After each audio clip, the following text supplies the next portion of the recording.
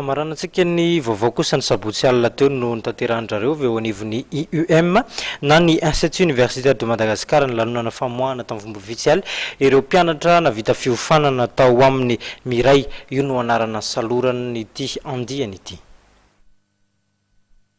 Teny amin'ny espace Mamory Ivato no nanantanterahany UIM na ny Institut Universitaire de Madagascar Antaninarenina ny famoahana ireo mpianatra navita fianarana tao aminy izay nampitondraina ny anarana andiany miray teo ambany fehin'ny ministeran'ny fampianarana ambony ka tonga nanome voninahitra ity fotoana ity Andriamatoa Jean-Jacques Rakotoarson taleny kabinetra ao amin'ity ministera ity.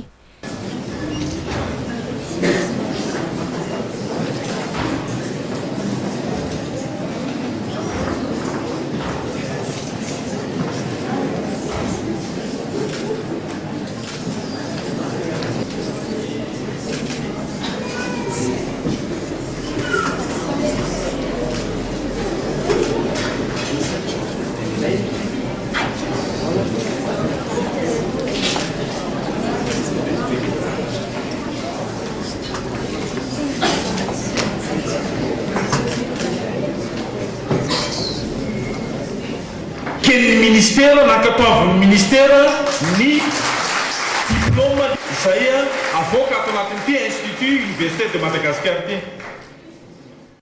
Nitaterahana teto amin'ny espace Mamory ny famoahany andiany miary tao anatin'izay koa ny fankalazana ny tafiditra amin'ny fahafapolo taonany Institut Universitaire de Madagascar.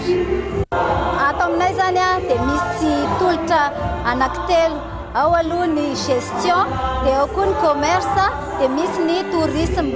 Dia amin'izao fankalazana fahafolo taona zao dia misokatra ny inscription ary mariana entona fa ny école ny Institut Universitaire de Madagascar zany dia efa nahazo anisan'ireo institut privé nahazo ny habilitation ary efa manana équivalence any amin'ny FOP hatramin'ny bac plus 5.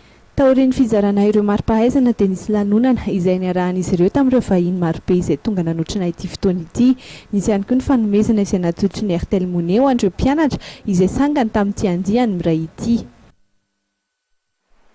Hatretany koa ny fotoana niarahantsika tamin'ity takarivan'ny talata ity dia maneho fisaorana tompoko lasy toko vavy tamin'ny fanarantsika hatramin'ny farany fampahalalam-baovao teto amin'ny fahitalavitra ma TV.